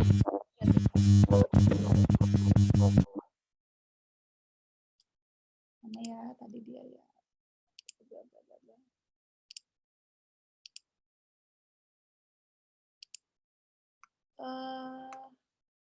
Oh, di Kieso 18 ya. Jadi kan udah beres nih hitungannya. Si lesi ya udah beres sampai ke pembayaran untuk penghitungan tabel amortisasinya.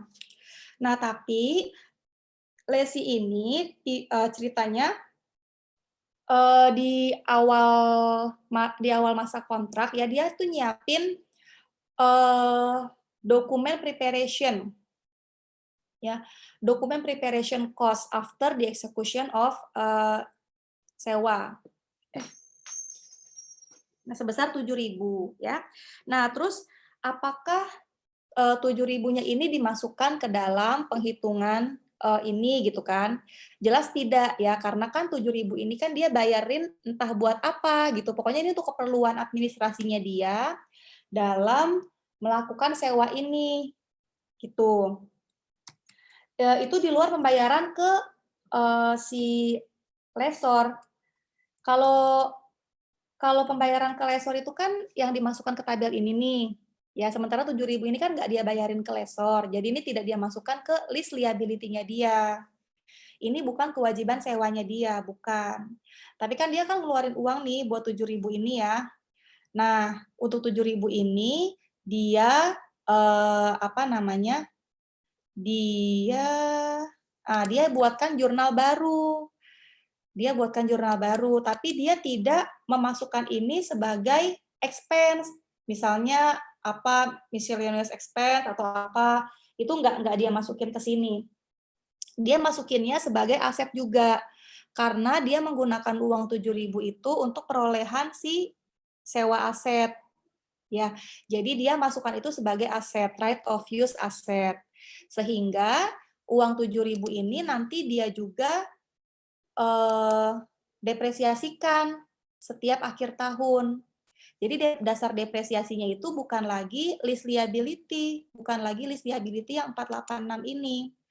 List liability-nya tetap tapi dasar depresiasinya adalah 490. Ya, list liability ditambah dengan direct cost-nya, jadi 490 itu yang dia depresiasikan setiap akhir tahun. Jadi ada dua itu yang terpengaruh kalau perusahaan mengeluarkan direct cost. Yang pertama jurnalnya di awal, yang kedua depresiasinya. Nah, direct cost ini buat apa sih gitu? Apa sih yang dimaksud dengan direct cost sehingga dia harus memasukkan ini ke dalam aset? Direct cost ini tuh macam-macam ya, kayak misalnya dia bayar jasa pengacara misalnya gitu ya. Dia nyewa spesialis gitu misalnya. Dia nyewa ahli atau pokoknya dia membayar apapun yang dia perlukan untuk si aset ini. Kenapa dia nggak jadiin expense? Biasanya perusahaan itu tidak menjadikan expense karena nilainya besar. Yang pertama, nilainya besar ya. Kalau dijadiin expense, ya ampun itu ngurangin labanya dia kan. Kalau dijadiin expense. Terus yang kedua, biaya langsung tersebut dikeluarkan dalam rangka perolehan aset. Jadi kalau misalnya perolehan sewa gitu ya. Jadi kalau misalnya tidak melakukan sewa, tidak ada tuh biaya tersebut gitu. Terus yang ketiga, manfaat dari biaya tersebut akan dilaksanakan bersamaan dengan manfaat sewa. Jadi selama periode sewa, misalnya sewanya 10 tahun ya, manfaat dari biaya tersebut juga akan dirasakan selama 10 tahun. Sehingga biayanya itu didepresiasikan setiap tahun, dibagi-bagi ke dalam 10 tahun juga gitu. Jadi biar nggak besar di awal. Karena manfaatnya dirasakan selama masa sewa. Karena biaya tersebut dikeluarkan untuk sewa. Gitu ya. Bisa dipahami nggak? Izin menyimpulkan Bu, berarti direct cost tadi hanya biaya pengacara, biaya spesialis dan sebagainya yang berkaitan dengan sewa, kemudian itu ada pencatatan right of use asetnya ini sama depresiasinya ya Bu, yang lease liability dan interest expense-nya itu terpengaruh tetap sesuai dengan perhitungan awal. Betul. Ya begitu Bu. Betul. Ya, terima kasih Bu. Sama-sama. Nggak ngaruh ya. Nah, terus contoh yang terakhir nih 2110 itu sama seperti contoh sebelumnya, diketahui usia ekonomis ya. Ini kita baca nih. 219 ini nih soal untuk kewajiban lesor nih. Nanti kita akan bahas di pertemuan besok ya. Karena di sini dia ngasih tahu kalau ada cost dari lesornya berapa gitu ya. Terus ada komisi penjualan si lesor. Buat si lesi itu bukan informasi yang relevan. Jadi nggak kita masukkan ke kasus ini. Kita ambil informasi yang relevan aja. Usia ekonomis barangnya 12 tahun ya dia bilang, itu kita masukkan walaupun karena dia tidak membeli di akhirnya berarti kita pakai amortisasinya menggunakan jangka waktu perjanjian. Jangka waktu perjanjiannya 10 tahun. Ya. Terus nilai wajar asetnya 299. Terus ada unguaranteed residu value ya, tidak dijamin tapi ini sama si lesi. Terus ada bunga incremental 8% sama bunga implisit dari lesornya 8% sama. Terus pembayaran tiap tahunnya 40.000. Ini sama persis seperti soal 218. Jadi payment-nya sudah dihitung sama si lesor. Ya. Terus payment-nya dihitung sama si lesor, kita hitung kita bikin tabel amortisasinya. Nah, kalau di 218 itu kan kita kurangi sama si residu value yang expected ya, karena itu menurut perkiraan kita. Tapi di sini kan nggak ada nih expected-nya nih. Yang ada hanya unguaranteed residu value yang ini sudah digunakan oleh lesor di awal untuk menentukan 40.000 ini. Ya, jadi kita nggak masukin lagi residu value di sini, nggak ada expected-nya. Oke, sehingga penghitungan kita sama dengan penghitungan lesor nih. Dengan pembayaran 40.000 tiap tahun, di akhir tahun ke-10 list liability kita bakalan habis. Ya. Terus pencatatannya sama persis. Di awal masa perjanjian kita catat list liability full, di setiap pembayaran kita catat pengurangan list liability sebesar jumlah pembayarannya ya, dengan kas juga berkurang. Terus di setiap akhir tahun ada 2 jurnal yang kita buat, pengakuan expense ya, expense yang akan dibayar di esok harinya di tanggal 1 Januari tahun depannya tuh ya. Dan penyusutan barangnya, penyusutan hak guna usahanya. Ini hak ya? Ini apa sih? Ibu, Iya. di tabel itu kan pakai 2 angka belakang koma, tapi kok saya hasil akhirnya nggak 0 ya Bu, masih ada 0,17 gitu. Oh gitu, nggak apa-apa. Iya, salah di mana ya Bu? Kamu pakai berapa angka belakang koma? 2 2 angka? angka, sama kayak Ibu padahal. Hmm, Tapi kok angka belakangnya beda saya jadinya. Iya, kalau kayak gitu tuh hitungan matematisnya aja ya, rumusnya si Excel ini gimana. Tapi diabaikan aja sih. Aku tuh selalu mengabaikan angka-angka di belakang koma. 3 angka terakhir aja sering aku abaikan nih, kayak 875 itu sering aku abaikan. Itu masalah hitungan aja sih. Mungkin misalnya di sini tingkat bunga implisitnya kamu pakai 8,00 mungkin ya. Siapa tahu di belakang 00 itu ada itu 8,00000146 misalnya. Mungkin kayak gitu. Coba aja diketik ulang lagi yang dimasukkan nggak ada angka di belakang komanya. Gitu ya. Oke Bu, makasih Bu. Sama. Ada lagi pertanyaannya yang lain? Ini tanggal berapa sih? Tanggal... Bu, tanya Bu. Iya, gimana?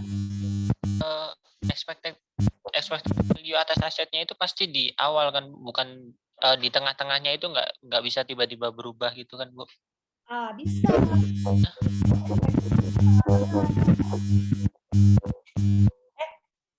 Enggak justru sih. Sebentar. Itu juga ditanyakan tuh di kelas lain tuh ada dosen yang bilang expected value-nya itu gimana kalau di tengah-tengah praktiknya. Karena memang praktiknya yang paling mungkin seperti itu. Jadi gini. Nih ya. Di tengah-tengah masa leasing itu tiba-tiba expected ini kan sebenarnya bukan harapan ya, maksudnya bukan harapan kayak saya berharap gitu, bukan begitu, bukan. Kalau harapan kan bisa di awal. Harapannya lesi ya pasti sama dong dengan guarantee value-nya kan, pasti sama dong dengan apa yang dia jaminkan, itu harapan. Tapi expected ini lebih ke perkiraan gitu, perkiraannya si lesi gimana. Itu bisa di awal tahun, bisa di pertengahan tahun, jadi nggak mesti di awal tahun. Misalnya di pertengahan tahun itu terjadi kalau misalnya apa? Misalnya di tengah-tengah masa leasing ada kecelakaan misalnya ya, ada kecelakaan, terus ada apa namanya, ada bencana atau gimana sehingga lesi memiliki expected value yang baru. Bisa aja di awal tahun dia sudah punya expected value. Tapi tiba-tiba di pertengahan tahun dia punya lagi expected value yang baru. Nah, itu bisa terjadi. Nah, kalau itu kejadian, sebenarnya yang menanggung siapa, itu nggak mesti lesi. Kalau contoh di sini kan semua yang menanggung lesi ya. Contoh Keso tadi kan, dia kan ada selisih 5.000 ya. Sebelum tadi aku ubah nih, dia ada selisih 5.000, sehingga dia di akhir nih harus bayar 5.000 nih selisihnya. Nah, tapi sebenarnya tergantung di kehidupan nyatanya ya, itu tergantung perjanjian. Kalau misalnya nanti ada kecelakaan atau apa, itu nanti siapa yang menanggung loss-nya? Apakah si lesi atau kasih lesor gitu. Yang harus menanggung siapa? Jadi asumsinya di sini itu expected value-nya ini adalah expected value yang terjadi di awal tahun. Asumsinya, sehingga yang menanggung adalah si lesi, ya, karena dia kayak udah mikir-mikir aja gitu, wah gue bakalan ini nih, bakalan kasar nih gue pakai mesinnya, anak buah gue kasar-kasar nih sifatnya misalnya, pakai mesinnya bakal kasar, yang awalnya gue jamin value-nya 20.000 kayaknya bakalan cuma 15.000 nih kayak gitu. Jadi itu yang menanggung si lesi, diperkirakannya di awal tahun. Cuma tadi kan ditanyakan apakah pasti di awal tahun. Di realnya itu nggak mesti di awal tahun, bisa di pertengahan tahun, ya. Nah kalau kayak gitu tuh Yang nanggung siapa? Tergantung perjanjiannya. Gitu ya. Jadi bisa yang menanggung itu si lesinya, bisa menanggung si lesornya. Gitu. Jadi jawabannya adalah apakah expected value-nya ini pasti di awal tahun? Kalau untuk contoh soal kita iya. Tapi untuk kehidupan realnya belum tentu. Bisa di pertengahan. Ya, tergantung ada kejadian apa gitu ya. Kalau di soal-soal udah dipastikan di awal. Oh ya, iya. Kalau di soal-soal kita ini tuh yang menanggung lesi sih.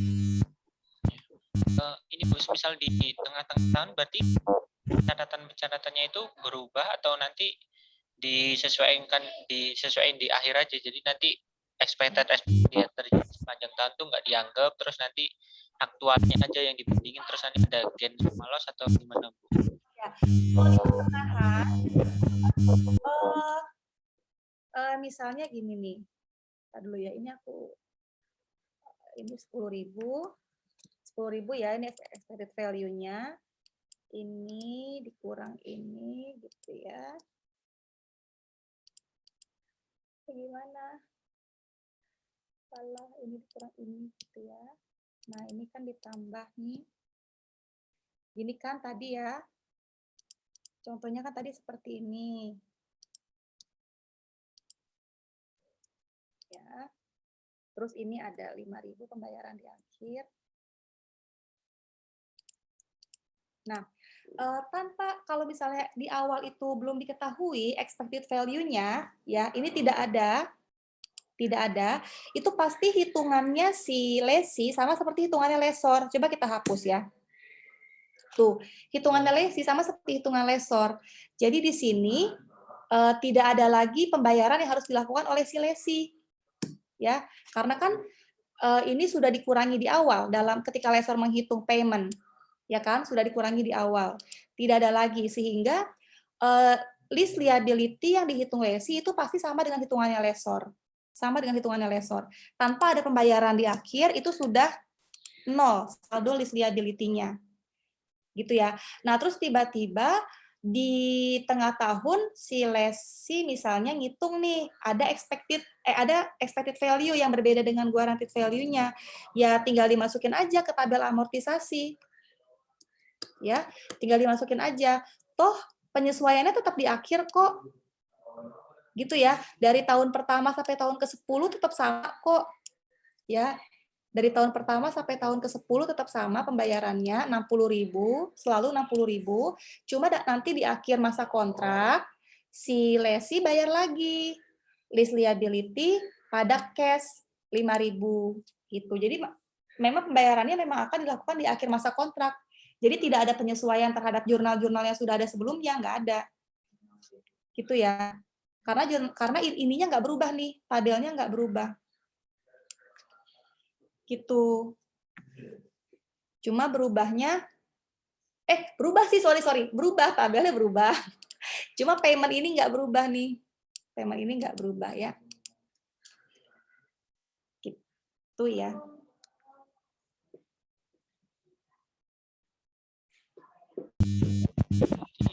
Mengubah itu jadinya restore retroaktif ininya yang depannya berubah, sebenarnya diasumsikan berubahnya nanti nggak dicatat, terus di akhir aja dicatatnya gain atau loss-nya kayak pencatatan ini. Iya. Sebentar deh, aku lihat contoh yang di Kieso ini.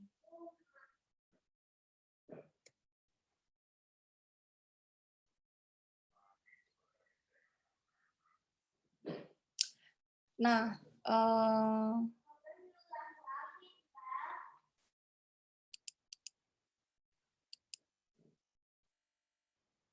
oke. Sorry. Jadi ininya berubah ya. Sebentar, aku lihat yang di Kieso.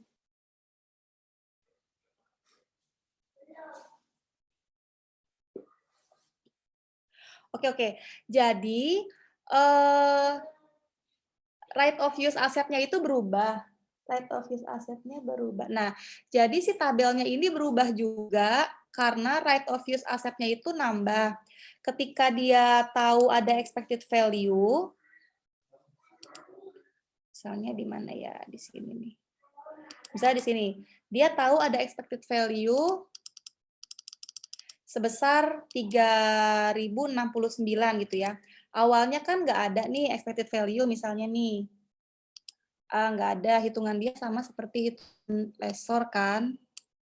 Begini nih, ya 10 tahun lunas ya. List liability-nya dia sama seperti ini. Nah, terus tiba-tiba di pertengahan masa kontrak dia mempunyai expected value yang berbeda. Sehingga dia mengakui probable residue value 5.000 misalnya ya. Ada 5.000 di sini.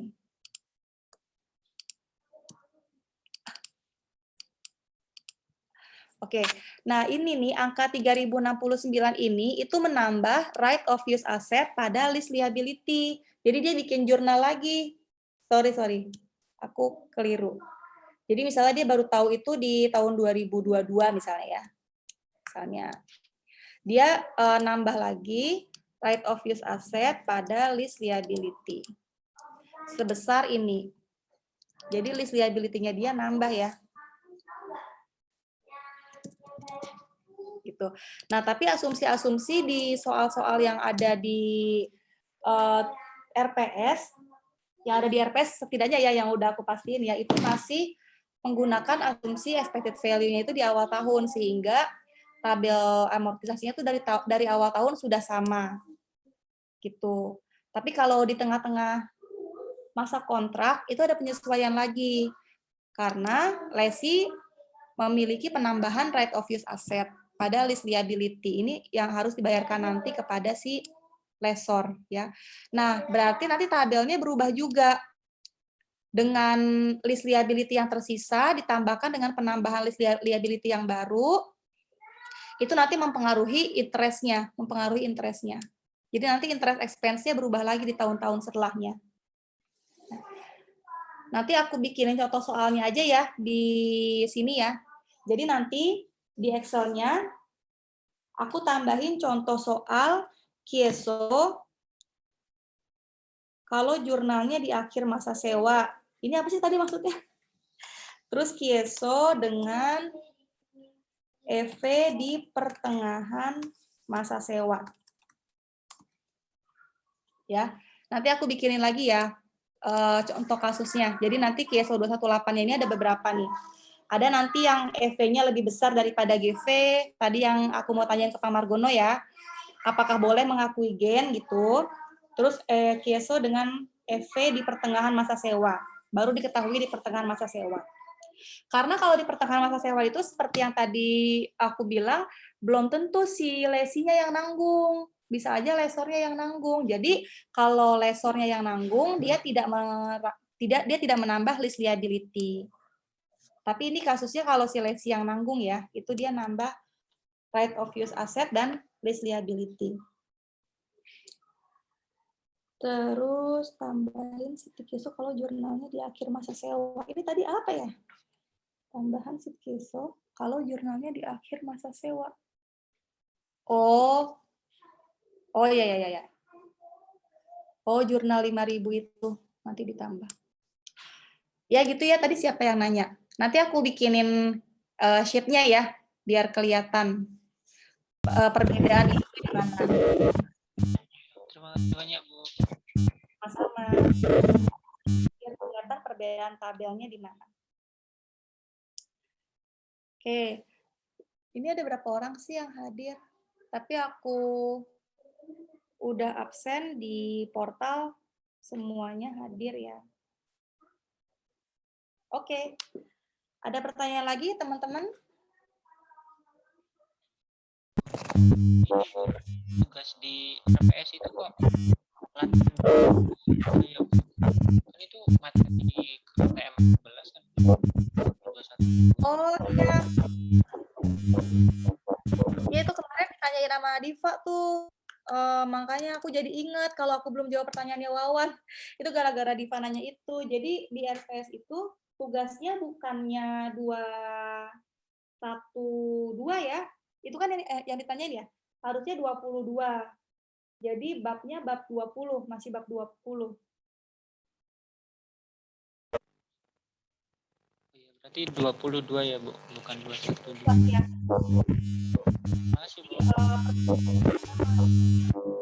Pertemuan 12-13 tuh kita masih bab 20 ya di bukunya Pak Altaf. Itu teman-teman ya. Ada lagi yang lain?